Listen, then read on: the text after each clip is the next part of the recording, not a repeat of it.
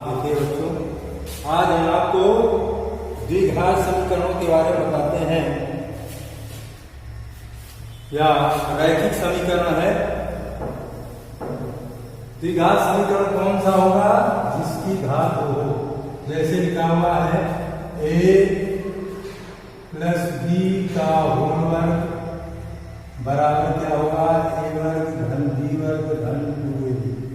तो यहाँ पर इस समीकरण में आप क्या देख रहे हैं कि a या b की अधिकतम कितनी घात है? 2 घात है।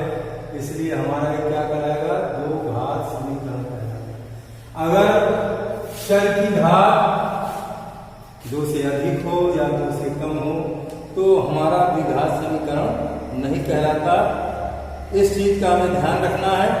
इसके बाद इसी में कुछ ऐसे समीकरण हैं, रैखिक समीकरणों में कुछ ऐसे समीकरण हैं जिनको हमें वज्रगुणन विधि से हल करना होता है। रैखिक समीकरण आता है, रैखिक समीकरणों में हमें देखना है रैखिक समीकरण जिसकी एक घात हो, मतलब एक से अधिक घात में हो, रैखिक समीकरण है। जैसे आपको दे दिया उसमें x plus y equal to 5 और दूसरा समीकरण दे रखा है 2x minus 3y, 2x minus 3y equal to दिया है 4। ये दो समीकरण नहीं है। अब इनको हल करना है हमें, तो इनको कैसे हल करेंगे? सबसे पहले देखना हमें कि इनका अस्तित्व है कि नहीं।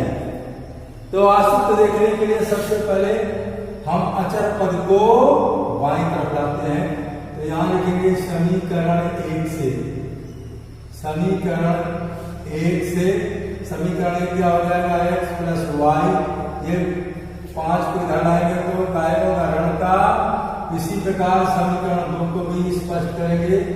समीकरण 2 से ये हो जाएगा 2x minus 3y minus 4 equal to 0। अब हम इन दोनों समीकरणों में, ये हमारा पहला समीकरण जो बनाया गया था, हमारा जो दूसरा समीकरण, इसकी तुलना करेंगे a1x plus b1y plus c1 equal to 0 और यहाँ a2x plus b2y plus c2 equal to 0। तो यहाँ पर a1 इक्वल टू क्या बचेगा? 1, b1 क्या होगा? 1 और c1 क्या होगा? -5। a2 क्या होगा? 2, b2 क्या होगा? b2 यहाँ -3 और c2 हो जाएगा, c2 हमारे पास क्या है? c2 -4। पहले से तुलना करके देखेंगे a1 बटे a2 इक्वल टू b1 बटे b2। ये क्या कहलाता है? अगर ये दोनों बराबर नहीं है तभी अद्वितीय हल है, उसको हल करेंगे। तो a1 का मान यहाँ 1/2, ये होगा 1/3। दोनों बराबर नहीं। जब बराबर नहीं है ध्यान रखेंगे, क्योंकि a1/a2 ये इक्वल नहीं है b1/b2 के, इसलिए क्या होगा? समीकरण का अद्वितीय हल होगा। समीकरण का अद्वितीय हल। और जब समीकरण का अद्वितीय हल हो तो इसे हम वज्रगुणन विधि से हल करते हैं। वज्रगुणन विधि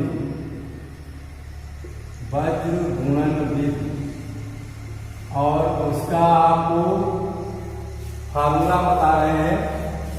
फार्मूला है x equal to bc minus bc upon ab minus ab। यहाँ पर ये 1 2 2 1 1 2 2 1 और y इक्वल टू होगा ca माइनस ca अपान ab माइनस ab। फार्मूला के लिए 1 2 2 1 और 1 2 2 1, ये सूत्र बन गया हमारा। इसी में मान पुटअप करेंगे तो क्या हो जाएगा? x इक्वल टू b1 का मान यहाँ क्या हमारे पास है? 1 है। c2 का मान क्या है? c2 -4 है। माइनस b2 क्या है? b2 -3 है। b2 है -3 और c1 क्या है? -5 अपान a1 है 1 और A1 के बाद B2 है -3 माइनस A2 है 2 और फिर क्या है B1 है 1। इसको आप हल करें तो हो जाएगा -4 माइनस ये हो जाएगा प्लस का 15 और ये बनेगा आपका -3 और -2 ये x -4 और ये चिन्ह बदलेगा अपान क्या हो जाएगा ये खुलेगा -3 और -2 कितना हुआ जाकर के हमारा ये हुआ हमारा ऊपर हुआ -19 और ये हुआ -5 माइनस माइनस का क्या होता है प्लस ये हो जाएगा 19/5 ये x का मान आएगा।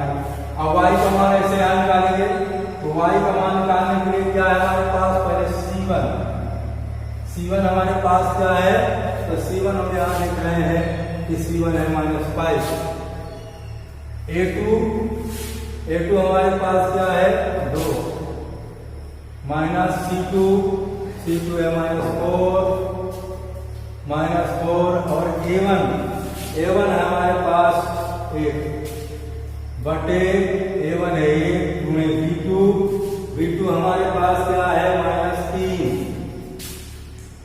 और माइनस फिर हमें क्या देखना है फिर हमें देखना है A2 क्या है हमारे पास 2 और B1 क्या है 1 हल करें y -10 -4 अपान -3 -2 अब इसको हल करें तो y आएगा -10 -4 अपान ये -3 -2 ये हुआ y 10 में 4 गया -6 बटे -5 प्लस हो गया तो y 6/5 तो x का मान आया हमारा 19/5 और y का मान आया 6/5। इस प्रकार से हम किसी भी रैखिक समीकरण को हम वज्रगुणन विधि से प्रतिस्थापन विधि से या विलोपन विधि से चाहे जिस विधि से हल कर रहा है सारे मान एक ही प्राप्त होंगे। जो विलोपन विधि से होगा वही प्रतिस्थापन विधि से होगा वही वज्रगुणन विधि से होगा। तो ये आपको हमने एक उदाहरण दिया और इसका एक उदाहरण देख लीजिए जिसमें हमें कुछ मान निकालने हैं। जैसे हम आपको पुनः एक प्रश्न दे रहे हैं जैसे यहां पर दिया हुआ है फिर सवाल है आपके पास दिया हुआ है 2x + 3y 2x + 3y और ये दिया हुआ है काहे के बराबर दिया है 1 के 2x + 3y = 8 और दूसरा दिया है 4x + 6y 4x + 6y = दिया हुआ है 7। ये दो समीकरण दिए हैं इनको वैसे ही क्या करेंगे पहले अचर पद को जानाएंगे तो 2x + 3y - 8 = 0 ये होगा 4x + 6y - 7 = 0। अब यहाँ A1 B1 C1 A2 B2 C2 निकालेंगे तो A1 हमारा क्या है 2 B1 क्या है 3 C1 क्या है -8। यहाँ जाइए A2 क्या है 4 B2 क्या है 6 C2 क्या है -8। फिर पहले देखेंगे इसका जो कि हल है कि नहीं तो इसके लिए क्या करते हैं A1 बटे A2 बराबर B1 बटे B2 ये देखें तो क्या बनेगा 2/4 बराबर 3/6। हम देख रहे हैं इसको तो 1/2 और 1/2 ये दोनों मान बराबर आ रहे हैं। जब ये दोनों मान बराबर आए तो हम किसको देखते हैं C1/C2 को देखते हैं। तो C1/C2 क्या है हमारे पास इसको देखेंगे तो आ जाएगा -8/7 ये आया 8/7। अब ये तो दो बराबर है, लेकिन इस बार ये बराबर नहीं है C1/C2। तो यहाँ लिखेंगे चूंकि A1/A2 बराबर B1/B2 तो है, लेकिन ये बराबर नहीं है C1/C2 के, इसलिए समीकरण का कोई हल नहीं है। समीकरण का कोई हल नहीं, समीकरण हल नहीं हो सकता, क्योंकि ऐसे समीकरण की स्थिति क्या होती है, रेखाएं समांतर होती है, एक दूसरे को काटती नहीं।